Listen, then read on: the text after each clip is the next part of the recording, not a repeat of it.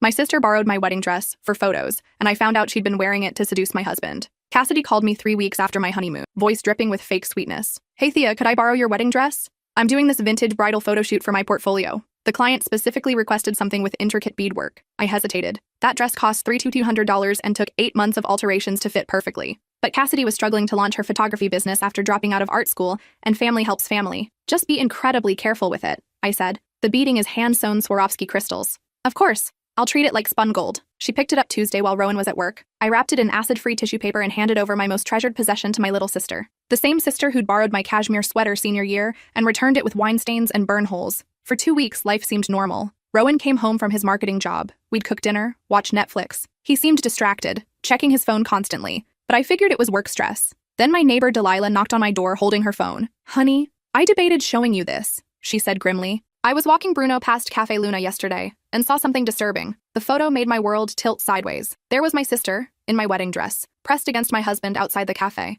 His hands were tangled in the lace I'd spent hours admiring in bridal magazines. She gazed up at him with the same expression she'd worn when she stole my high school boyfriend. When was this taken? I whispered. Yesterday around 2:15 p.m., Rowan had told me he was in client meetings all afternoon. That night, I pretended everything was normal, made his favorite salmon dinner, asked about his day. He described fictional meetings in vivid detail, lying smoothly. After he fell asleep, I checked his phone. The messages made me sick. Cassidy, wearing your wife's dress makes this even hotter. Rowan, you look better in it than she ever did. Cassidy, think she suspects anything? Rowan, she's too trusting. Always has been. It's pathetic. 23 messages over 2 weeks. Detailed meeting plans, explicit photos, cruel commentary about my naivety. They'd turned my wedding dress into a prop for their affair. The next morning, I drove to Cassidy's apartment using my spare key. My wedding dress hung in her closet, reeking of her perfume and his cologne. Behind her jewelry box, I found a hidden camera still recording. I scrolled through the memory card with trembling fingers. They'd documented everything. Multiple encounters. In my dress. But the videos dated back 6 months. Before my wedding. Before my engagement. In one video from 3 days before my bachelorette party, they were discussing their strategy. After the honeymoon, we'll be more careful, Rowan said. But once I get half her inheritance in the divorce, we can disappear together. My inheritance. The $847,000 trust fund I'd mentioned during our engagement. Cassidy giggled. She actually thinks you love her. It's almost tragic. Her stupidity is profitable, he replied. The sister is much better in bed anyway. They'd high-fived over my gullibility. I sat on her floor, watching my husband and sister destroy my life while wearing my wedding dress. Something inside me snapped. I copied everything to multiple devices and called my divorce attorney friend Simone. I need to see you immediately, I said. And bring that private investigator's contact. After reviewing the evidence, Simone whistled. This is ironclad proof of adultery and conspiracy to commit fraud. Your prenup's infidelity clause forfeits all his marital assets. I spent the day planning their destruction. That evening, I cooked an elaborate dinner. Prime rib, truffle potatoes, expensive wine we'd been saving. What's the occasion? Rowan asked suspiciously. I've been thinking about trust, I said. How crucial honesty is in marriage. He shifted uncomfortably. Of course. Honesty is everything. I'm glad you feel that way, I smiled. Because I know about Cassidy. His wine glass shattered on our marble floor, red liquid spreading like blood. I don't know what you're talking about, he stammered. I played the video. His voice filled our dining room. Her stupidity is profitable. Rowan looked like he was about to vomit all over our expensive dinner. How long have you known? He whispered. Long enough to document everything. Long enough to build a bulletproof legal case. Long enough to ensure you both pay for what you've done. He tried reaching for me, but I stood up smoothly. Don't touch me with the same hands that violated my sister while she wore my wedding dress. Thea, it's not what you think. It's exactly what I think. And worse. You married me for my money. You've been planning to divorce me and steal half my inheritance. You involved my sister to make it more devastating. His shoulders sagged in defeat. What do you want? Pack your things and leave tonight. Divorce papers will be served tomorrow, along with fraud charges. You can't prove fraud. I played another video showing them creating fake receipts, doctoring bank statements to make my inheritance appear as marital property. Actually, I can prove everything. He left that night with 2 suitcases. Everything else belonged to me according to our prenup. The next morning, I drove to Cassidy's with Mom and our cousin Valencia as witnesses. When she opened the door in a silk robe at 11 a.m., her face cycled through emotions. Surprise, confusion, then terror. We need to talk, I said, pushing past her. My wedding dress was draped over her couch like a discarded towel, wrinkled and stained. I found some interesting videos. I began calmly. Cassidy's mouth opened and closed like a fish. I can explain everything. You can't. There's no explanation for months of planning this betrayal. Mom stepped forward, her face harder than I'd ever seen it. Pack your things. You're banned from this family. Mom, please. I said pack. While Cassidy threw clothes into luggage, crying, I retrieved my dress. Lawsuit papers will be served Tuesday, I informed her. Alienation of affection? Conspiracy to commit fraud. Emotional distress. My attorney estimates $300,000 in damages. I don't have that money. Should have thought of that before destroying my marriage for entertainment. The divorce concluded 4 months later. Rowan got nothing due to the infidelity clause. Criminal fraud charges resulted in 18 months probation, $75,000 restitution, and a destroyed career. Cassidy's lawsuit took 8 months. Despite her expensive attorney arguing she wasn't responsible for Rowan's choices, the video evidence proved she was an active participant. We settled for $220,000 plus a 5-year restraining order, but the real devastation came from the social fallout. I'd strategically shared edited versions of their betrayal with key people in our social circle. Within weeks, everyone knew what they'd done. Rowan's colleagues at Hartwell & Associates were shown evidence of his fraud planning. He was terminated immediately, and word spread throughout the marketing industry. No respectable firm would hire him. Cassidy's Art World connections received anonymous packages containing screenshots of her participating in inheritance fraud.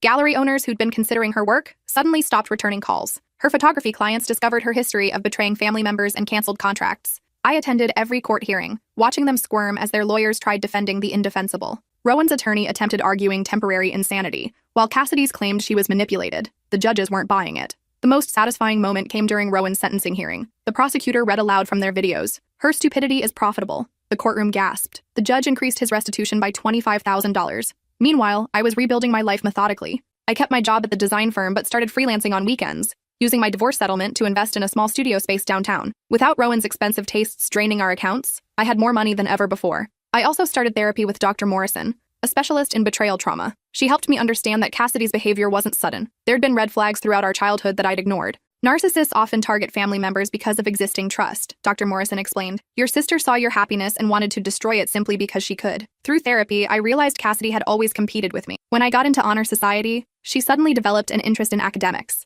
When I started dating seriously, she'd flirt with my boyfriends. When I announced my engagement, she immediately started dating older, wealthy men. The inheritance revelation made perfect sense in retrospect. Cassidy had always been obsessed with money, but terrible at managing it. She'd maxed out multiple credit cards in college, borrowed thousands from dad that she never repaid, and constantly complained about her financial struggles. Mom was devastated by the betrayal, but not entirely surprised. During one of our weekly dinners, she admitted she'd suspected something was wrong with Cassidy for years. She never showed genuine remorse for anything, Mom said, picking at her salad. When she broke your grandmother's vase at Christmas, she blamed the cat. When she crashed your car in high school, she claimed someone hit her in the parking lot. She always had excuses. Dad struggled more with the situation. Cassidy had always been his favorite, his little artist who could do no wrong. Accepting that she'd orchestrated such an elaborate betrayal required him to reevaluate 28 years of parenting decisions. I enabled her, he admitted during one painful conversation. Every time she got in trouble, I bailed her out. I never made her face real consequences. My extended family's reactions were mixed. Some relatives thought I was being too harsh,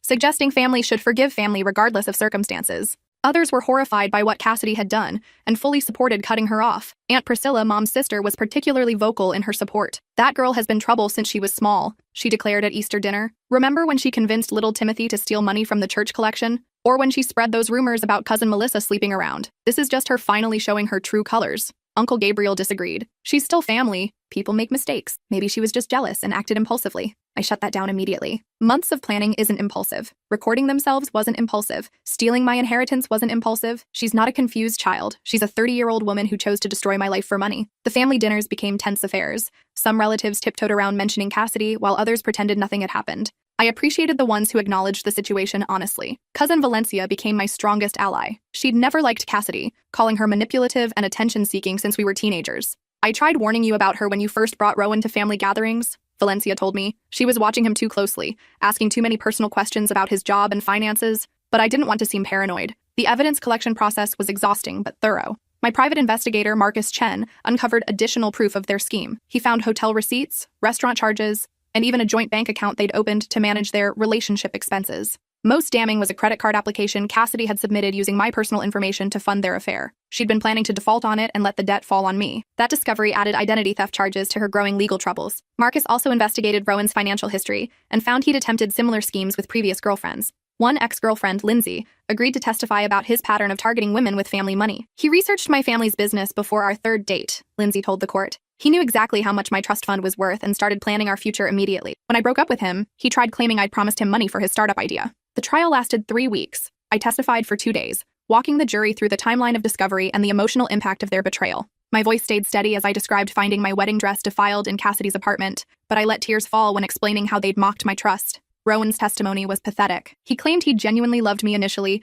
but fell for Cassidy's manipulation. His lawyer presented him as a victim of her seduction, ignoring the evidence that he'd initiated contact and planned the inheritance fraud. Cassidy's testimony was even worse. She cried dramatically, claiming she'd been trying to protect me from Rowan's true nature by exposing him. When confronted with video evidence of her participating in fraud planning, she claimed she was playing along to gather evidence. The jury deliberated for 6 hours. They found both defendants guilty on all counts and awarded me $340,000 in damages, more than my attorney had requested. But the money couldn't repair the psychological damage. I struggled with trust issues that affected every relationship. When grocery store clerks were overly friendly, I wondered what they wanted. When coworkers complimented my work, I analyzed their motives. Dr. Morrison helped me work through the paranoia systematically. We practiced distinguishing between reasonable caution and unhealthy suspicion. She taught me to identify genuine kindness versus manipulation tactics. Your hypervigilance is a normal trauma response, she explained, but staying in constant defense mode will prevent you from forming healthy connections. 6 months after the trial ended, I was sitting in Café Luna, the same place where their betrayal was photographed, when someone approached my table. "Excuse me," a man said politely. "I hope this isn't inappropriate, but I witnessed what happened here months ago, with your ex-husband and the woman in the wedding dress." I looked up to see a tall man with kind brown eyes and a nervous smile. I remembered him from that day. He'd been working on a laptop at the corner table. I wanted to say something then, but didn't know how. "I'm Xavier Montenegro. Thea Richardson," I replied, closing my book. "Would you maybe like to get coffee sometime?" Actual coffee, not surveillance coffee. I laughed for the first time in months. I'd like that. Our first date was at a small bistro across town. Xavier was the environmental engineer, recently divorced himself after discovering his ex-wife's gambling addiction had destroyed their finances. He understood betrayal trauma without trying to fix me. I spent 2 years in therapy learning to trust my instincts again, he shared over dinner. Some days are harder than others, but it gets easier. We took things incredibly slowly. Xavier never pushed for information about my past or rushed physical intimacy. He seemed content to build friendship first, which I desperately needed. On our 4th date, I told him about Cassidy and Rowan. He listened without judgment, asking clarifying questions, but never offering unsolicited advice. "That's incredibly painful," he said simply. "I'm sorry you went through that." His reaction was perfect,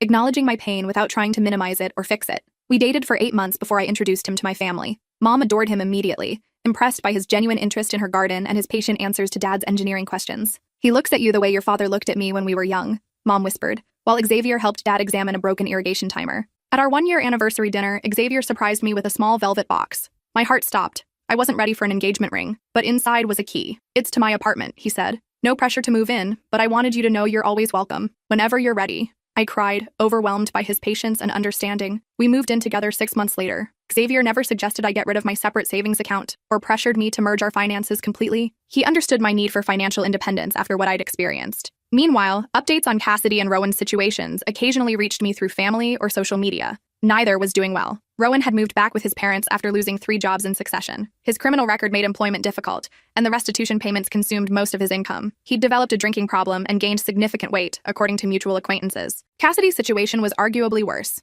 The alienation of affection lawsuit had destroyed her credit, and the restraining order prevented her from contacting potential family reconciliation supporters. She'd moved to another state, but struggled to rebuild her photography business with her reputation preceding her. Valencia showed me Cassidy's social media occasionally. Sparse posts featuring cheap apartments and generic motivational quotes. The vibrant, confident woman who'd stolen my husband was gone, replaced by someone who looked defeated and desperate. "Do you ever feel bad for her?" Valencia asked one day. I considered the question seriously. I feel bad for the child she was, who learned to manipulate instead of love. But I don't feel bad for the adult who chose to destroy my life methodically for months. 2 years after our first coffee date, Xavier proposed properly. We were hiking in the mountains where he'd taken me for our 6-month anniversary. The ring was custom designed, featuring my birthstone instead of a traditional diamond. "I wanted something uniquely yours," he explained. "No one else will ever wear this ring." I said yes immediately. Planning our wedding was healing in unexpected ways. This time, I chose every detail for myself, not to impress others or meet someone else's expectations. The dress was simple but elegant, completely different from my first gown. Mom helped with arrangements enthusiastically, though she sometimes caught herself mentioning what Cassidy would have thought about certain choices.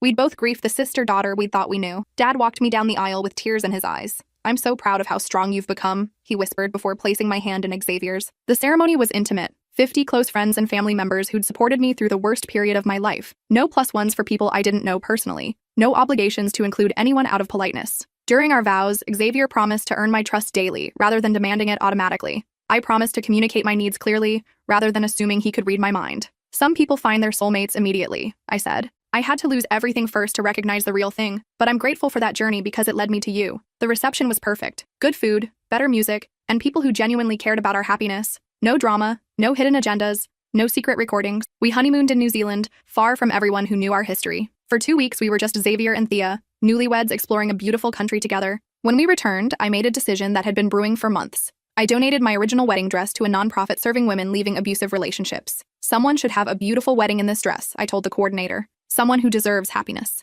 A month later, I received a photo in the mail. A young woman stood radiant in my dress, beside a man who looked at her like she was his entire world. The thank you note read, "I never could have afforded something this beautiful. Thank you for believing someone like me deserved to feel like a princess." I framed the photo and hung it in our hallway, a reminder that beauty could emerge from betrayal. 3 years into our marriage, Xavier and I started discussing children. The topic terrified me initially. What if I repeated my parents' mistakes with Cassidy? What if I failed to protect my children from manipulative people? Dr. Morrison helped me work through these fears during several intensive sessions. We explored my childhood experiences and identified the differences between enabling bad behavior and showing healthy love. Your awareness of these issues actually makes you less likely to repeat them, she assured me. You've learned to recognize manipulation tactics and set appropriate boundaries. When I became pregnant with our daughter, I felt cautiously optimistic. Xavier was incredibly supportive, taking over household tasks when morning sickness hit, and reading parenting books voraciously. We decided not to share the pregnancy news with extended family immediately, wanting to enjoy the early months privately. When we finally announced it at Christmas dinner, the reaction was overwhelmingly positive. "Finally, some good news for this family,"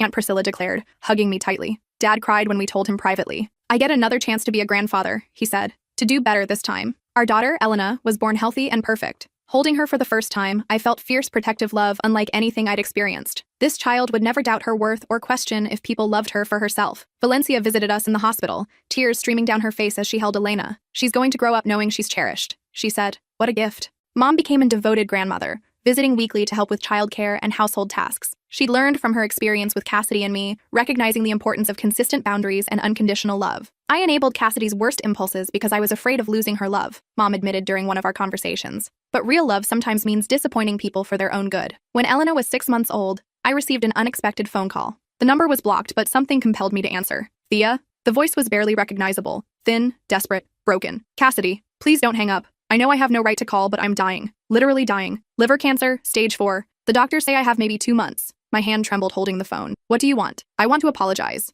Really apologize. Not the fake bullshit I tried during the trial. I want you to know I'm sorry for everything. You violated the restraining order by calling me. I know. I don't care about legal consequences anymore. I just need you to know I understand what I did was unforgivable. I destroyed your life for money I didn't even get to enjoy. I was jealous of your happiness and wanted to take it away. There's no excuse." I sat in silence, processing her words. Part of me wanted to hang up immediately. Another part needed to hear what she had to say. "I'm not asking for forgiveness," she continued. "I don't deserve it. I'm asking you to live your life fully and not let what I did poison your happiness forever. You're a good person, Thea. You deserved better than what I gave you. Is this why you called? To ease your conscience before you die? Maybe partially, but mostly because I love you. Despite how horribly I've treated you. You were the best sister anyone could have asked for, and I repaid your kindness with betrayal. I'm sorry." She hung up before I could respond. I sat staring at my phone for 20 minutes. Elena sleeping peacefully in my arms. Xavier found me there when he came home from work. "Everything okay?" he asked, immediately sensing my distress. I told him about the call. He listened thoughtfully, then sat beside me on the couch. "How do you feel about it?" he asked. Confused,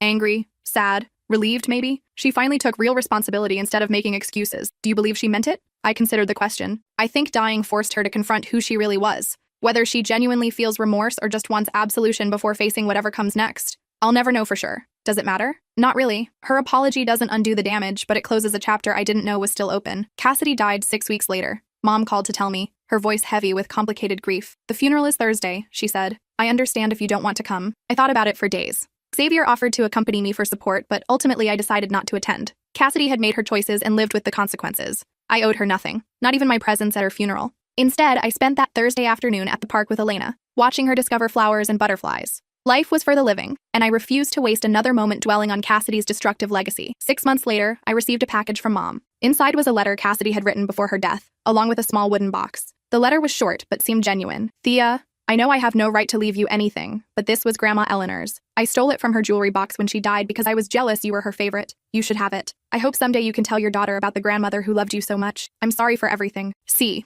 the box contained Grandma's pearl necklace, the one she'd always promised would be mine someday. I'd searched for it after her death, but assumed it had been misplaced. I held the pearls up to the light, remembering Grandma fastening them around my neck when I played dress-up as a child. "Pearls are for ladies," she'd say. "And you, my dear, are going to be a very special lady someday." Elena reached for the shiny pearls with chubby fingers, and I made a decision. This necklace would be hers someday. A connection to the great-grandmother who'd loved unconditionally and the mother who'd learned to protect that love fiercely. Xavier found me crying in our bedroom, holding the necklace. "She kept it all these years," I said. "Even when she was selling everything else, she kept this." Maybe she always planned to return it, he suggested gently. Or maybe she kept it as a reminder of what she'd stolen. I'll never know her real motives. He held me while I cried, not for Cassidy, but for the relationship we'd never had, the sister I'd thought I knew, and the years of family drama that could never be recovered. But I also cried from relief. The chapter was finally, permanently closed. No more wondering what Cassidy was doing or whether she'd ever take responsibility. No more looking over my shoulder or second-guessing people's motives. I was free to focus completely on the family Xavier and I were building.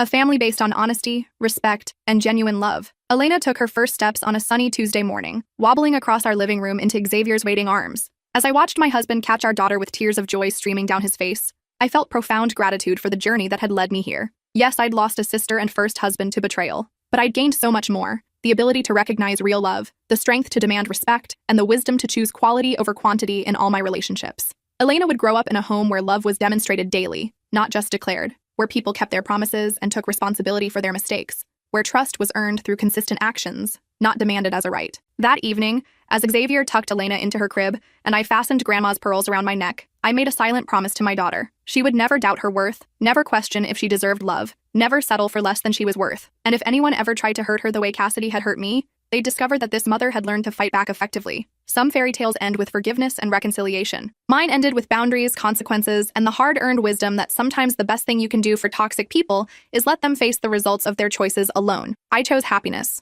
I chose peace. I chose the family that chose me back. And that, as it turned out, was the most powerful revenge of all. But life had one more twist waiting for me. When Elena turned 3, we started discussing having another child. I was 35 and didn't want too large an age gap between siblings. Xavier was eager to expand our family, often joking that he wanted Elena to have built-in protection against the world. 2 kids means they always have each other, he'd say, watching Elena play with her dolls. No matter what happens to us, they'll never be alone. The pregnancy came easily this time. I felt more confident, more prepared for the challenges of caring for an infant while managing a toddler. Elena was excited about becoming a big sister, constantly talking to my growing belly and offering to share her toys with baby brother or sister. We decided to wait until birth to learn the gender, wanting some surprises in our carefully planned life. Elena insisted the baby would be a girl who looked exactly like her, complete with curly hair and brown eyes.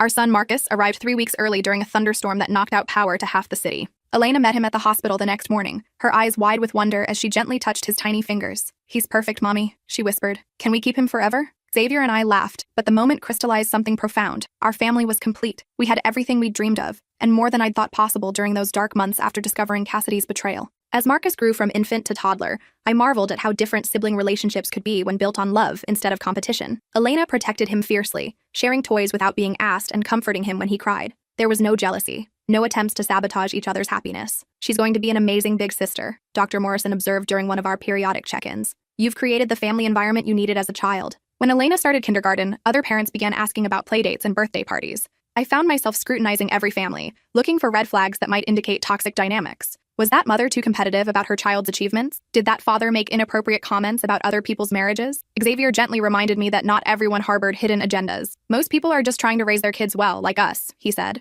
"You can't protect Elena from every possible hurt, but you can teach her to recognize healthy relationships." Slowly, carefully, I began building a social circle of genuinely kind families. We found our tribe among other parents who valued honesty, supported each other through challenges, and celebrated successes without jealousy. When Elena turned 6, she asked the question I'd been dreading. "Mommy, why don't I have an aunt like Maya's mom has?" I'd prepared for this moment through conversations with Dr. Morrison and Xavier. We'd agreed to tell age-appropriate truth rather than creating elaborate lies that would crumble later. "I had a sister once," I told Elena as we sat in her bedroom, "but she made some very bad choices that hurt our family. Sometimes adults do things that are so harmful. We have to stop spending time with them to keep ourselves safe." Elena considered this seriously. "Was she mean to you?" "Yes, sweetheart, she was very mean in a way that can't be fixed with apologies." "I would never be mean to Marcus like that," Elena declared with the absolute certainty of childhood. "I know you wouldn't," I said, kissing her forehead. "You have a kind heart." As the children grew older, their questions became more sophisticated. Elena, now 8, asked why Grandma sometimes looked sad when other families talked about all their relatives. "Losing someone you love is always hard," I explained, "even when you know it was the right choice for your safety." "Do you miss her?"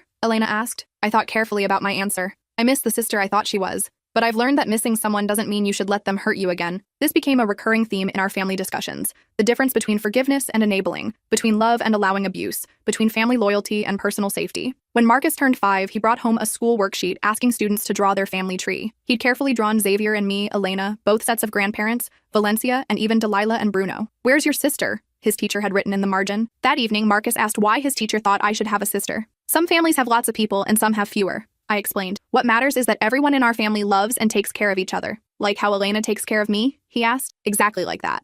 Meanwhile, updates about Rowan occasionally filtered through mutual acquaintances. He'd married again, a woman 20 years his senior with substantial assets. The marriage lasted 8 months before she discovered his history and filed for divorce, citing fraud and emotional abuse. He'd attempted to contact me twice over the years, once through a fake social media account, claiming he wanted to make amends and asking if we could meet for coffee. I blocked the account immediately and screenshotted everything for my records. The second attempt came through his mother, who called my office claiming Rowan was in therapy and needed closure to complete his healing process. Tell him his closure isn't my responsibility, I told her. He chose his path. I've chosen mine. I also learned that he'd tried contacting other ex-girlfriends with similar requests for forgiveness meetings. None of them responded positively. Apparently, his pattern of targeting wealthy women for financial gain was well documented among his former social circle. His parents eventually moved to Florida to escape the local gossip about their son's criminal behavior. His father's business suffered when clients learned about the family's legal troubles, forcing them to sell and relocate. The ripple effects of Rowan and Cassidy's choices continued spreading years after their initial crimes. Their decisions hadn't just hurt me, they damaged multiple families,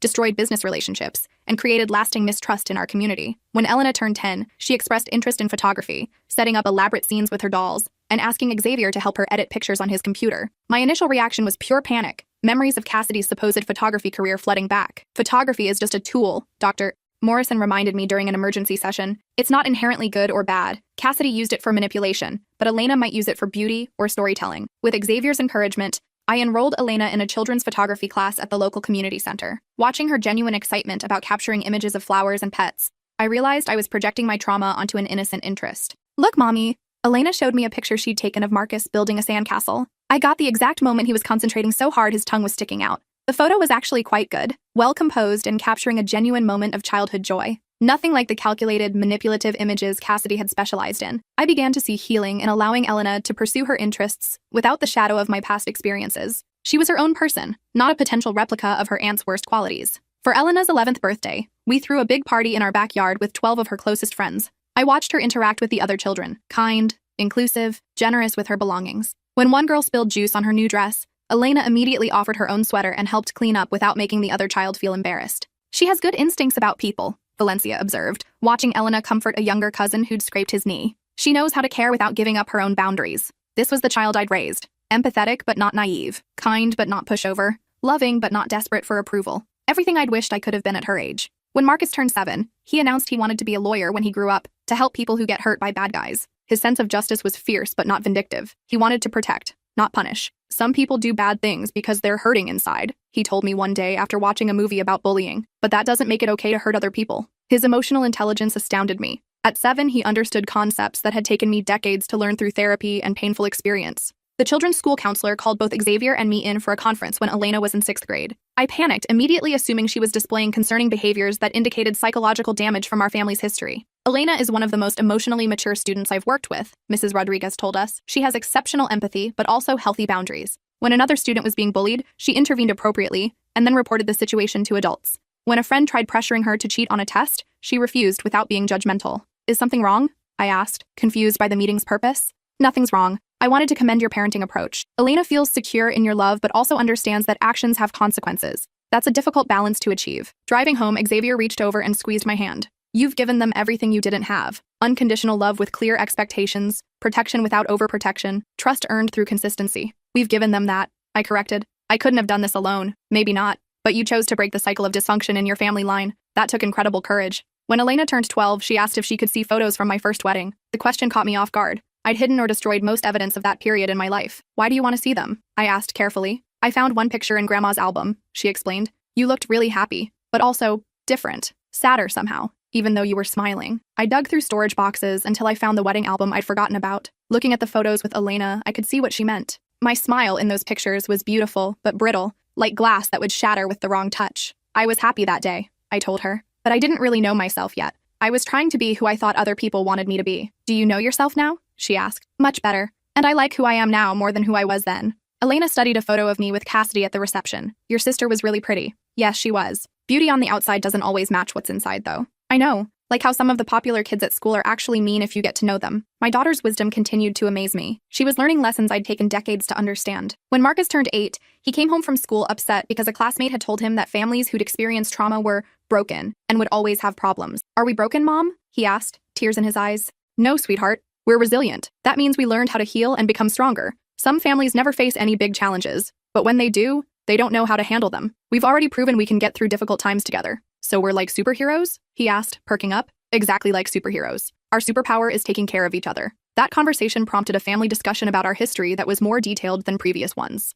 Elena, now 13, was old enough to understand more complex concepts about betrayal, financial crime, and family dynamics. Your aunt and my first husband made choices that hurt people, I explained. They chose money and selfishness over love and family. But their bad choices taught me what really matters and helped me recognize when someone truly loves me. Like Dad? Marcus asked. Like Dad. And like all of you. Elena had been quiet during most of the conversation. Finally, she asked, do you think she ever regretted it before she died? I think she did. She called to apologize before she passed away. But regret doesn't undo damage. That's why it's so important to think carefully before making choices that could hurt other people. I'm glad she's not in our family, Elena said firmly. We're better without people who lie and steal. Her certainty was reassuring. She understood the difference between blood relations and chosen family, between forgiveness and restoration, between compassion and enabling. As Elena entered high school, she began dating, a development that activated every protective instinct I'd developed. I watched her interactions with boys carefully, looking for signs of manipulation or pressure. Her first boyfriend, Connor, was a polite sophomore who played violin and volunteered at an animal shelter. When he brought her flowers for their 1-month anniversary,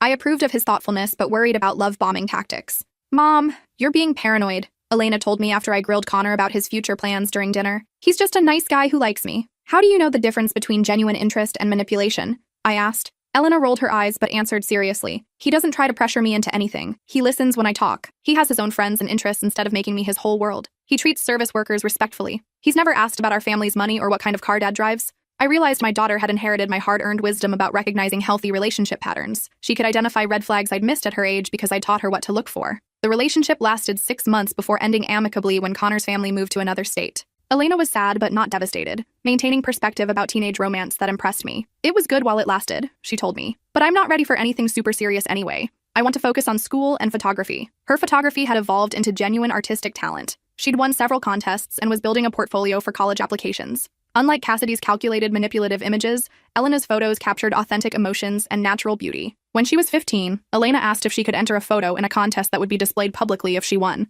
The subject was family love, and she'd captured Xavier teaching Marcus to ride a bike while I watched from the porch, laughing at their silly jokes. Are you sure you want our family in a public display? I asked, old fears about privacy and safety surfacing. Mom, we're not hiding anymore, Elena said gently. We're a normal family now. Normal families share their happiness. She was right. Somewhere along the way, we'd stopped being defined by what had happened to us and started being defined by what we'd built together. Elena won the contest. The photo appeared in the local newspaper with a caption about celebrating family bonds. No one connected us to the scandal from over a decade earlier. We were just another happy family worth celebrating. As Marcus entered middle school, he showed signs of inheriting his father's analytical mind and my protective instincts. When a new student was being bullied, Marcus organized a group of friends to include the boy in their activities without making a big show of their intervention. I remembered what you said about helping people who are hurt, he told me when his teacher called to praise his leadership. But I didn't want to embarrass him by making it obvious. His emotional intelligence continued developing in remarkable ways. When his best friend's parents divorced, Marcus provided steady support without trying to fix the situation or take sides. Sometimes people just need someone to listen, he explained when I asked how he knew what to do.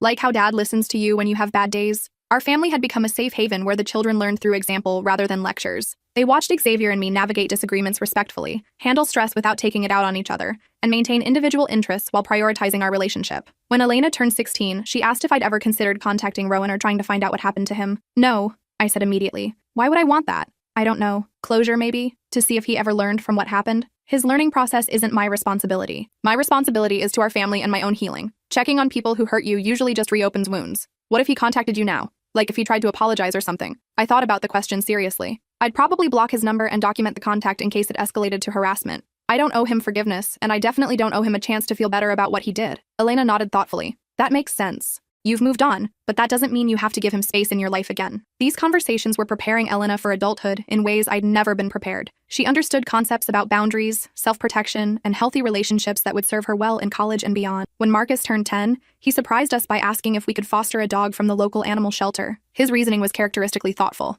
Some dogs get hurt by bad people and need time to learn that not all people are dangerous. Maybe we could help one learn to trust again. The parallel to our family's healing journey wasn't lost on any of us. We adopted Luna, a 3-year-old golden retriever who'd been rescued from an abusive situation. Watching the children patiently work with her, building trust through consistency and kindness, I saw our own recovery reflected in her gradual transformation from fearful to confident.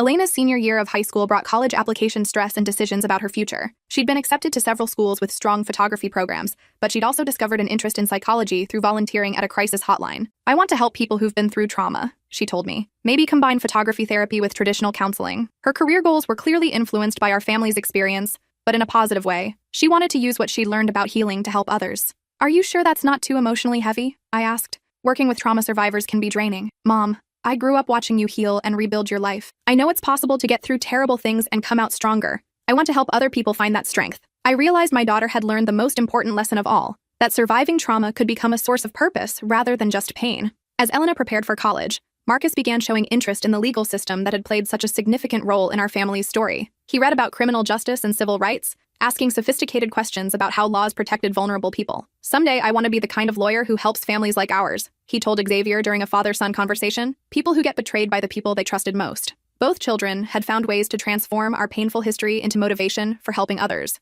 They weren't defined by what had happened to our family, but they weren't ignoring it either. They'd integrated the experience into their developing sense of purpose. On Elena's 18th birthday, I gave her Grandma Eleanor's pearl necklace, earlier than I'd originally planned, but she was already the woman I'd hoped she'd become. "These belong to your great-grandmother, who loved unconditionally but never accepted disrespect," I told her as I fastened the clasp. "Wear them when you need to remember that you deserve to be treated with kindness." Elena touched the pearls reverently. "I'll save them for important moments, like graduation, or my wedding, or whenever I need to remember where I came from." "You came from love," I told her. "Everything before you was just preparation for the family we have now." As I watched my daughter admire her reflection in the mirror, wearing the necklace that connected her to generations of strong women, I felt the final piece of healing click into place. I'd not only survived Cassidy and Rowan's betrayal, I'd transformed it into something beautiful. I'd raised children who understood the difference between love and manipulation, who knew their worth wasn't negotiable, who would never accept betrayal as the price of family loyalty. The cycle was broken. The healing was complete. The story had a genuinely happy ending, not because the pain was erased, but because something better had grown from the broken pieces.